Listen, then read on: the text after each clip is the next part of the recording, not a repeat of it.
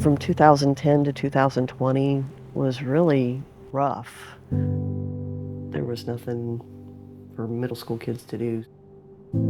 They had a lot of loss around that time also, and I think that might have led to part of the downfall. Once those drugs take over their brain and change the wiring, it's really hard for them to come back. It's not always a choice. When they relapsed and fentanyl's in there, that's what eventually took my kids. When they passed, my cousins, they decided they wanted to give them a tree, and we thought this was the only appropriate place for them to be.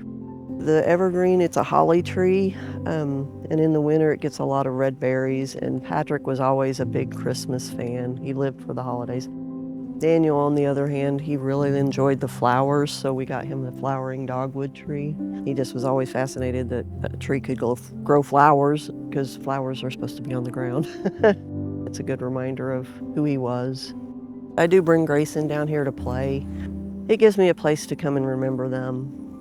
More of a hope and growing type thing and trying to grow past the grief. We're at the Beechwood softball field. Rick and I ran the softball league for years, and there's a lot of good memories down here, but you didn't want to come here after dark.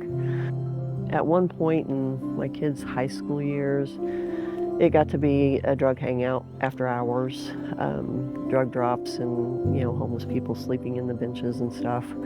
The new administration with the parks and everything has done a lot to keep it clean. And the new sheriff has done a lot with patrolling in the evenings to keep the shenanigans out. It's gotten better because enough people stopped and said, we don't want it here. We need to have the programs in place to keep the drug dealers out of the county, give the homeless people some hope or some help.